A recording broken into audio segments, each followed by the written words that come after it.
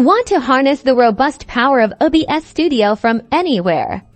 We're diving into how to install OBS on an Ubuntu 2004 Vps, granting you remote recording and streaming capabilities. First, you'll need to update your system's package list, open your terminal, and execute the update command to ensure you have the latest versions of available packages. After that, upgrade the currently installed packages on the system.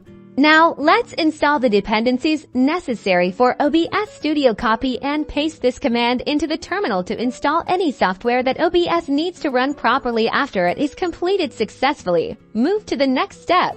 Next up, we need to add the OBS Studio Repository. This allows your system to download and install OBS directly. Copy the command and paste it into the terminal to continue.